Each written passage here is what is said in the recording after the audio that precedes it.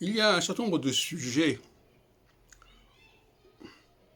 contemporains qui constituent une suite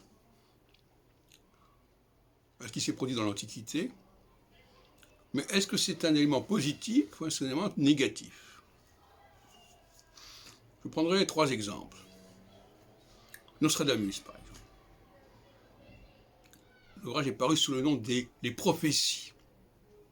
Ça fait partie de ce qu'on appelle le néoprophétisme, dont j'ai largement parlé dans mon ouvrage Le texte prophétique en France, qui fait pendant en quelque sorte au prophétisme biblique. Alors, les centuries en elles-mêmes, est-ce que ça présente un véritable intérêt? Est-ce que ce néoprophétisme présente un véritable intérêt? Est-ce qu'il nous apporte une lumière particulière? Ou est-ce que c'est une sorte d'imitation du prophétisme antique? Le deuxième point, c'est concernant l'astrologie contemporaine. Avec les nouvelles planètes qu'on découvre à partir de la fin du XVIIIe siècle, mais c'était lancé par Galilée au début du XVIIe siècle avec la découverte d'un certain nombre de satellites, notamment ceux de Jupiter. Est-ce que ça enrichit l'astrologie ou est-ce que ça l'a déphasée, si on peut dire? Et puis le troisième point, c'est l'histoire des ères précessionnelles, l'ère du Verseau, qui est aussi une forme de prophétisme d'ailleurs.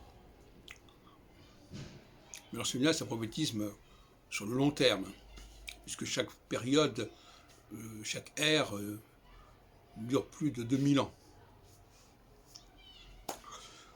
Mais est-ce que c'est le fondement de cette théorie, à savoir le passage du point vernal sur une nouvelle constellation, ou l'inverse, une nouvelle constellation qui couvre le moment du point vernal au début du printemps, au zéro bélier tropique? Est-ce que ça aussi c'est valable? Est-ce que le zodiaque lui-même n'est pas... Est-ce qu'il n'y a pas une sacralisation du zodiaque qui est tout à fait fâcheuse? Et puis il y a la langue française.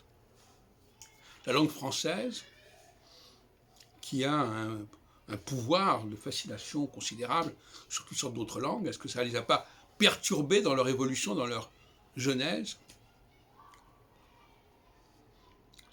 Cet impérialisme de la langue française.